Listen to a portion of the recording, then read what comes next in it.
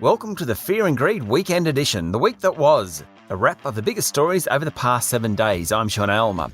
It was a big week for the mining and resources sector, COVID cases, financial markets generally, and of course, host of the 2032 Olympic Games, Brizzy. It was a week in which we found out just how fickle financial markets can be.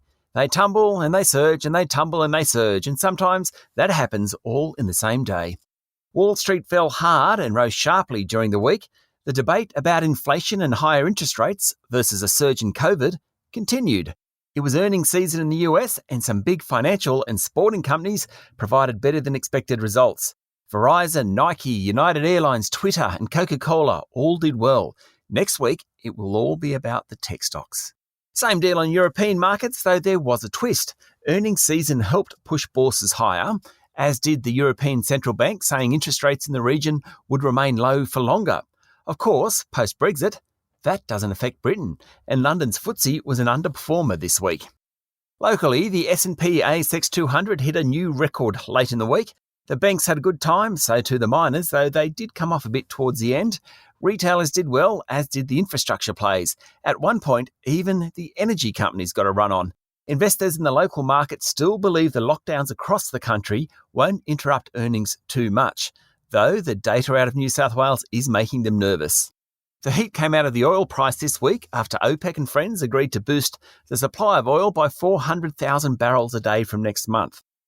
This week, the Aussie dollar fell to its lowest level since November last year, before starting a gradual climb back.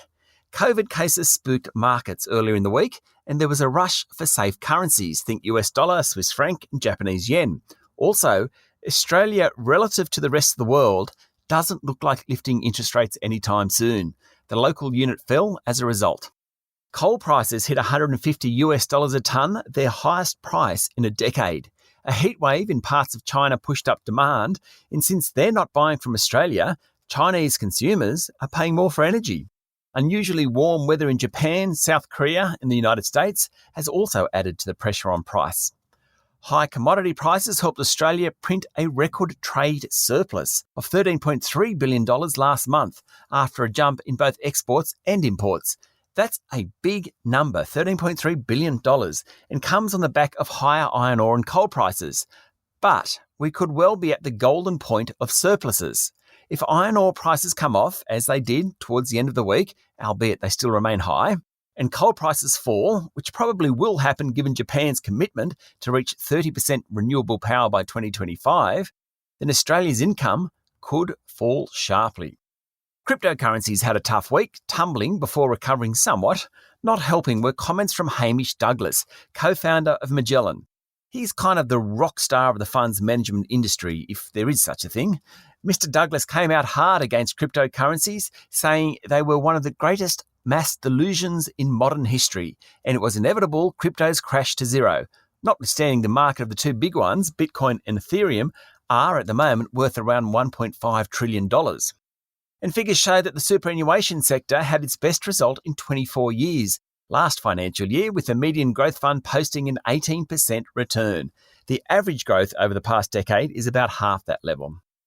In international news, Fed Chair Jerome Powell appeared before Congress and was asked what he thought was the most significant systemic threat to financial stability in the US or globally.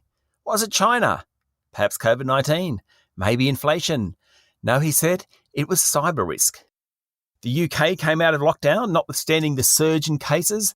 Across Asia, Europe and North America, the number of COVID-19 cases and hospitalisations are rising.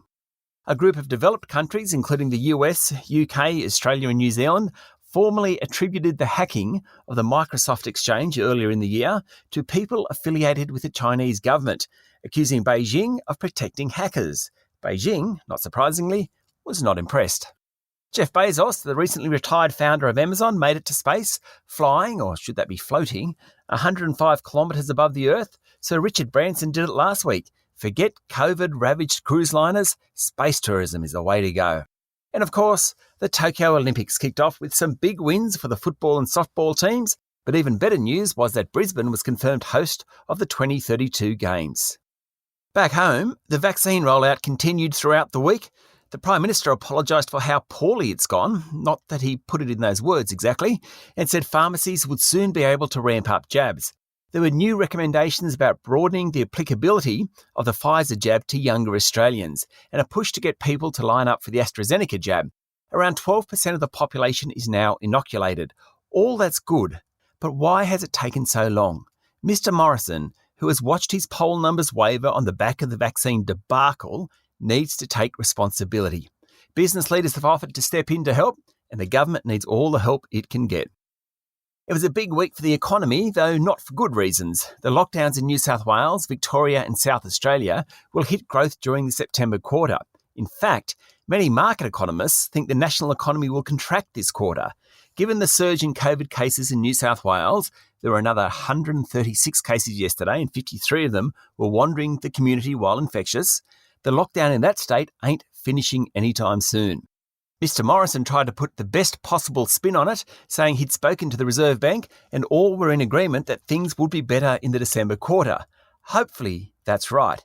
But it doesn't do much for the thousands of businesses closed right now, nor for the staff of Building Materials Group Boral, who have been stood down, or the thousands of staff at airlines who face unemployment. Disgraced former New South Wales MPs Eddie Obeid and Ian MacDonald are going back to jail, as is Mr Obeid's son Moses. They were found guilty of conspiring to grant a lucrative coal mining licence in 2009, and this week the judge found that Mr MacDonald had committed a gross departure from his responsibilities as Resources Minister and had denigrated public office. In corporate news, the council assisting the Victorian Royal Commission into Crown Resorts said the gaming giant was unfit to hold on to its Melbourne licence and might not be able to ever get to the point where it would be suitable. In his closing submission, counsel Adrian Finanzio was critical of Chair Helen Coonan and her ability to shepherd in change. He slammed Crown for systemic breaches of the law and highlighted allegations of a $270 million tax fraud and credit card fraud. Ouch.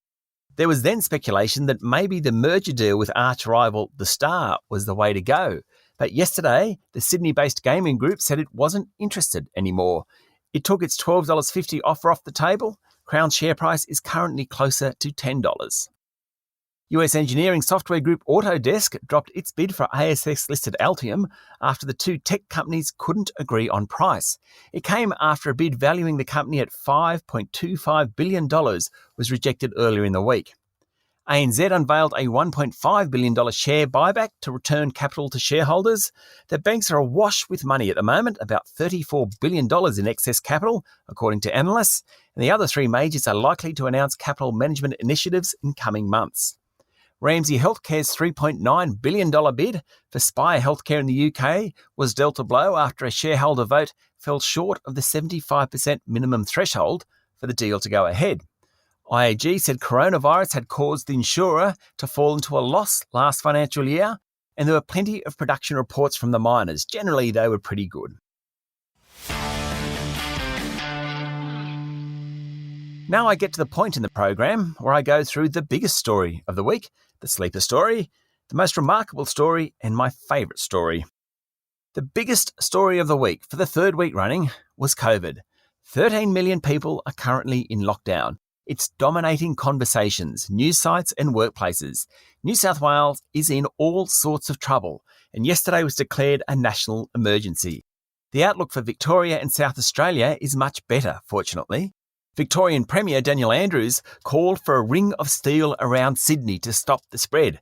Sounds crazy, but it might not be. Get vaccinated, no more needs to be said.